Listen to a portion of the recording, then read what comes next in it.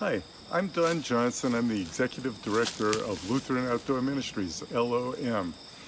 This video and the others in the whole series are brought to you through LOM as a gift from all of our outdoor ministry members. We think you'll enjoy it. We're confident that it will be helpful. And we give a big shout of thanks to Keith Johnson, the founder of the organization known as Board Coach, for contributing his time and expertise to this project, and to Liam Riddle of the Lutherland staff in Pennsylvania for serving as videographer. Hello, my name is Keith Johnson. It was my privilege and joy to serve for 43 years with Lutheran Outdoor Ministries in Minnesota, California, and the southeastern U.S. When I retired at the end of 2017, I launched the Board Coach, a spiritually based consulting initiative to help boards and executives thrive in the future. This is the fifth in a series of 7 videos to help grow your board's capacity and capability. This session addresses the most important relationship for your camp ministry between the board and the executive director. I did an informal survey on sources of tension between boards from executive directors. Lack of board engagement and board absenteeism from meetings is a real frustration. Lack of personal financial support and not helping with fundraising was mentioned. But the biggest frustration by far was boards not dreaming enough or having a big vision. Likewise, I did an informal survey with board presidents that I had worked with over the years, and you can see their frustrations on the side.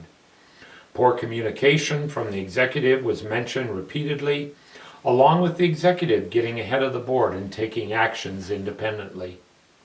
The executive needing to get his or her own way was also mentioned.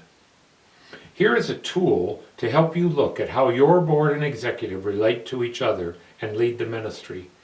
I've taken it from the book, Governance as Leadership. There are 4 quadrants of board staff leadership relationships. Quadrant 1, the trustees, the board, displaces the executive. Quadrant 2, shared leadership. Quadrant 3, both the board and executive are disengaged, which obviously is tragic. And quadrant 4, the executive displaces the board. Stop the video and discuss your relationship. And know, as I work with boards, executives tell me most of their work they think is in quadrant 2. But their boards feel they spend most of their time in quadrant 4. Be honest with each other about your leadership style.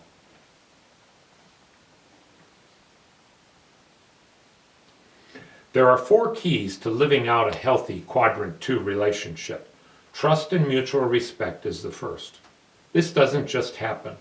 The board and executive need to spend time together to build trust. The executive needs to be vulnerable, sharing worries and concerns, and the board president needs to create safe space for this to happen. And it's hard to design detailed rules for the relationship, which is why trust and respect are so important. The executive who shares information regularly with the board will build trust. I suggest he or she send update memos every 5 to 6 weeks, perhaps even more frequently now during the pandemic. There should be no surprises. Regular financial reports and fundraising updates are a must. And the executive should share program outcomes and inspirational stories with the board. Members frequently tell me they wrestle with their role between meetings, and good communication helps to keep them engaged. The relationship between the executive and the board president is key to building trust and respect. Both should be passionate about their role, and the president should want the job.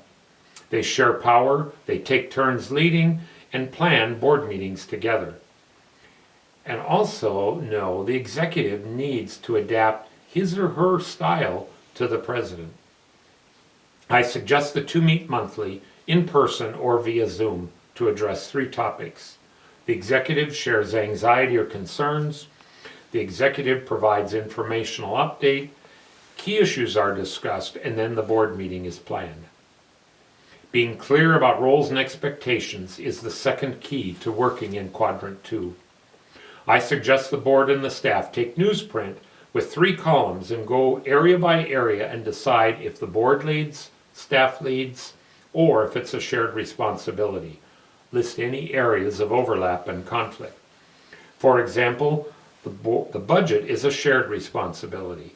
Staff develops the budget and the board approves the budget and then has oversight. The executive supervises all staff without board involvement.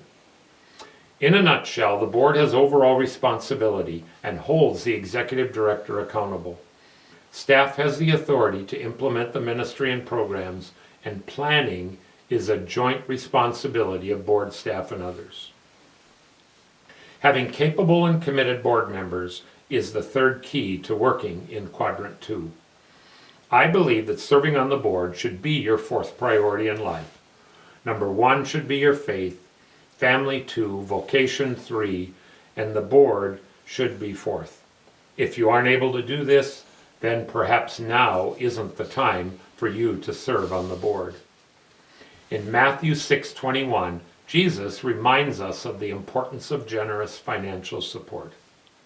So if you're wrestling with your service, I suggest you increase your financial support, and I guarantee your commitment will be strengthened. Making it a priority to attend meetings is also crucial. This slide reviews the characteristics of strong boards. Having capable, committed members is vital, as we've discussed. Focusing on the big picture, staying out of the weeds, having a results-oriented mentality, each member giving generously, and the board engaging in evaluation and self-reflection, which comes next. Creating a culture of mutual accountability is the 4th key to living in Quadrant 2. Most directors conduct performance reviews for staff, but too many executive directors are never reviewed by their board. Likewise, most boards don't evaluate themselves. There are several keys to a good mutual review process. First, obviously, it's mutual. The review must be for the executive and for the board. Second, it needs to happen annually. Thirdly, there is time to listen to each other. Fourth, both are evaluated against predetermined criteria. And it's important for the board to own and manage the process. The board and executive director review effectiveness in achieving their goals. Goals are then set for the next year. Contact me if you would like a more detailed mutual review plan. If you don't have a mutual review plan, stop the video at this point and discuss if such a process would be helpful to your board and executive director. If you decide to initiate a process, be assured to assign someone to lead it, perhaps the vice president. The 6th video in this series addresses how a governance committee can strengthen your board by managing recruitment and training members so the board can focus on the future of the ministry. Please let me know if there's any way that I can support you further.